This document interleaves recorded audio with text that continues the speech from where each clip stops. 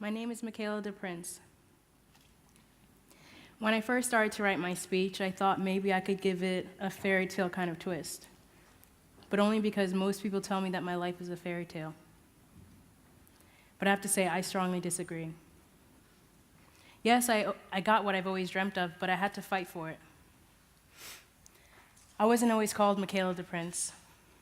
My original name is Mabinti Bangura, and I was born in Sierra Leone, West Africa, in 1995, 4 years after the bloody Civil War. This war would displace thousands of men. It would cause thousands of women and children to be raped. And over 50,000 people would be killed. My parents were among them. I was born with vitiligo, a skin condition. It left white patches all over my body. I was different. In Sierra Leone, they didn't understand the fact that just because I had white patches on my skin, that I was just born this way. They thought I was a curse. They started to call me the devil's child, because anybody who would look like this would be the child of the devil. I was ridiculed and harassed because I looked different. My parents tried to defend me as much as they could, but they understood that I would never be able to get married because of the way I looked. They tried to educate me, they taught me to read, and they started to save money for my education. But when my parents passed away, I was defenseless and alone. I've never been so scared in my life. My uncle took me to the orphanage, knowing that he could never get a good price for me as a bride, and never came back for me. In the orphanage, we were taken care of by aunties, not like the aunties you have at home. The aunties who love you, they care about you no matter what you do. But these aunties were uneducated women who only took care of us to bring food home for their kids. They would wash our clothes and give us food. But these aunties had their favorites. There were 27 kids in the orphanage. Number 1 got the biggest portion of food and the first choice of clothes. Number 27 got the smallest portion of food and the last choice of clothes. I was number 27. Every day in the orphanage, I was starving. I've never felt so alone before. How could this happen to me? This is when I realized it was much easier to not care about anybody because they always ended up leaving me. But then, I made a friend in the orphanage. Her name was Mabinti Suma. Number 26 was always in ill health, always sick, but she always had a kind heart, and she was always good at full cheer. Number 26 would always listen to all my fears and all my dreams. Whenever I was scared, she would sing to me. When I couldn't fall asleep, she would tell me a bedtime story. And number 26 is still doing that 15 years later as my sister Mia. And one day, the big wind threw a magazine right onto the gate at the orphanage. I reached out and I grabbed it. And I saw something. This amazing creature, this person I've never seen before. She was on her tippy toes and in this beautiful pink costume. But what really struck me the most was the fact that she looked so happy.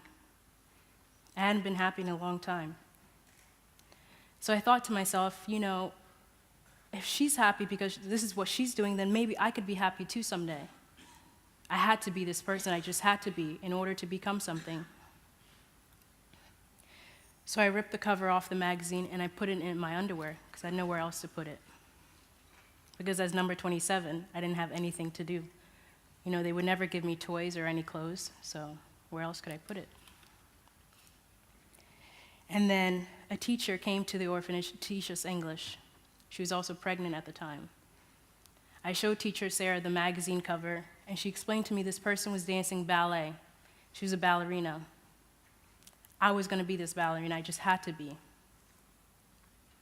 I'd always go on my tippy toes every day and practice just like the ballerina. I thought maybe one day, with everything going so well, I finally had somebody who cared about me.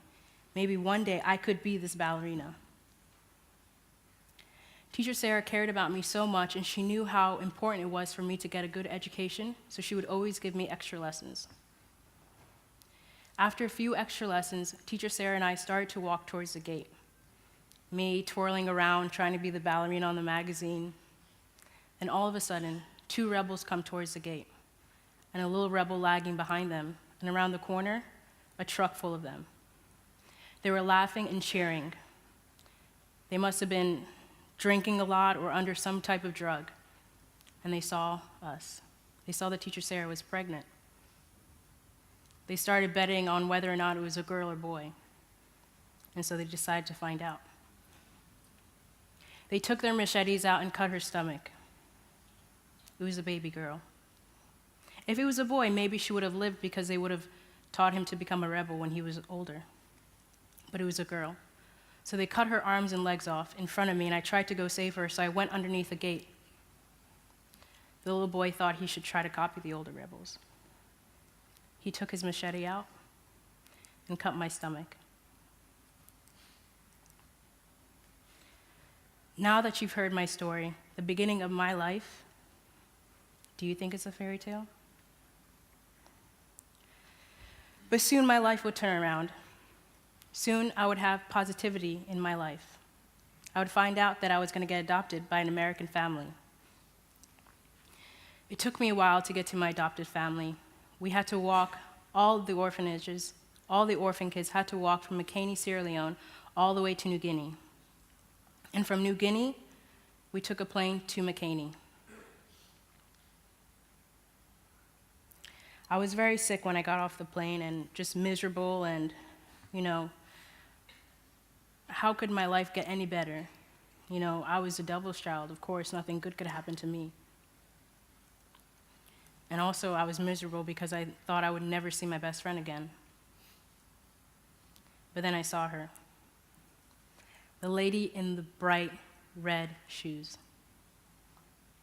With the bright white hair, I've never seen anything like it before. She was my new mama. She reached out and said, "I'm your new mama."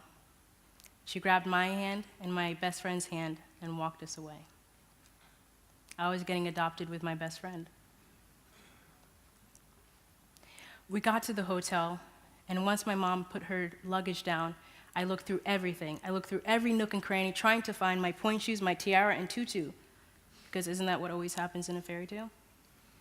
But they weren't there. I didn't speak any English, so I thought about the only way I could show her was to show her the magazine. I took it out of my underwear and I showed her, and she understood right away. She said, "You will dance."